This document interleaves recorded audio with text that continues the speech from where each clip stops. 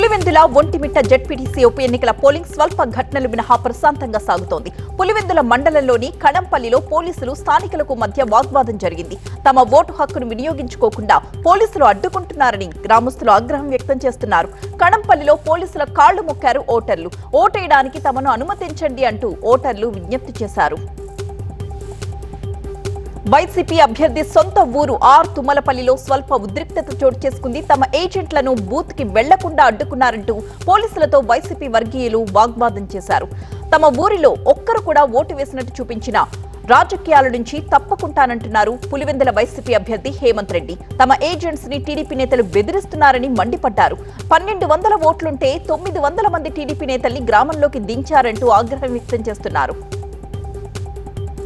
ఒంటిమిట్టలోని చింతరాజుపల్లె రాచపల్లిలో tension నెలకొంది. చింతరాజుపల్లెలో polling booth లో ఘర్షణ జరిగింది. పోలింగ్ బూత్ లో టీడీపీ వైసీపీ ఏజెంట్స్ మధ్య గొడవ చోటు చేసుకుంది. రాచపల్లిలో బౌన్సర్లతో తిరుగుతున్నారు టీడీపీ నేత నల్లగుండు సుబ్బారెడ్డి. బయట వ్యక్తులు పోలింగ్ కేంద్రంలోకి వచ్చారు అన్న స్థానికులతో వాగ్వాదానికి దిగారు నల్లగుండు సుబ్బారెడ్డి. పులివెందుల మండలం ఎర్రబల్లెలో ఉద్రిక్త పరిస్థితులు తలెత్తాయి. జెడ్పీటీసీ ఉప ఎన్నిక పోలింగ్ నేపథ్యంలో పోలింగ్ బూత్ దగ్గర టీడీపీ నాయకులు ఉన్నారని వైసీపీ నేతలు ఆగ్రహం వ్యక్తం చేశారు. ఇరు వర్గాలు కూడా పరస్పరం దాడులు చేసుకున్నాయి. పులివెందులలో ఓటు వేయడానికి ఎన్నికల కమిషన్ ఏర్పాట్లు చేసింది. ఓటర్లను బస్సులో తరలించారు అధికారులు. నల్లగొండవారిపల్లె నుంచి నల్లపురెడ్డివారిపల్లెకు ఆర్టీసీ బస్సు ఏర్పాటు చేశారు. ఓటర్లను తనిఖీ చేసిన తరువాత పోలింగ్ కేంద్రాలకు తరలించారు. వారు ఓటు వేసిన తరువాత మళ్లీ నల్లపురెడ్డి గ్రామం నుంచి నల్లగొండవారిపల్లెకు తరలించారు. కూటమి ప్రభుత్వంపై మాజీ డిప్యూటీ సీఎం అంజాద్ బాషా ఆగ్రహం వ్యక్తం చేశారు. ఓటు హక్కును కూడా ప్రజలు వినియోగించుకోలేకపోతున్నారని ఆరోపించారు.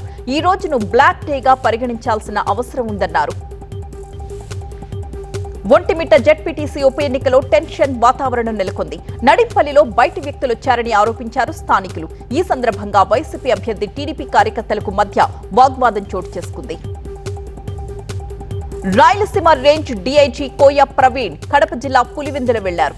పోలింగ్ జరుగుతున్న గ్రామాల్లో పరిస్థితుల్ని స్వయంగా పర్యవేక్షించారాయన. పోలింగ్ బూత్లకు వెళ్లి సిబ్బందితో మాట్లాడారు. ఎక్కడా ఉద్రిక్తతలు తలెత్తకుండా జాగ్రత్తలు తీసుకుంటున్నామని అన్నారు. స్థానిక సంస్థల ఉప ఎన్నికల వివాదంపై రాష్ట్ర ఎన్నికల కమిషన్ కార్యాలయం ముందు బైఠాయించారు వైసీపీ నేతలు. ఎన్నికల్లో ఓటు వేయకుండా అడ్డుకోవడం, ఓటర్లను అడ్డగించడం, దాడులు చేయడం, అరెస్టులు చేయడంపై నిరసన వ్యక్తం చేశారు. ఎన్నికల కమిషన్ చర్యలు తీసుకోవాలని డిమాండ్ చేశారు మాజీ మంత్రులు అంబటి రాంబాబు, వెల్లంపల్లి శ్రీనివాస్.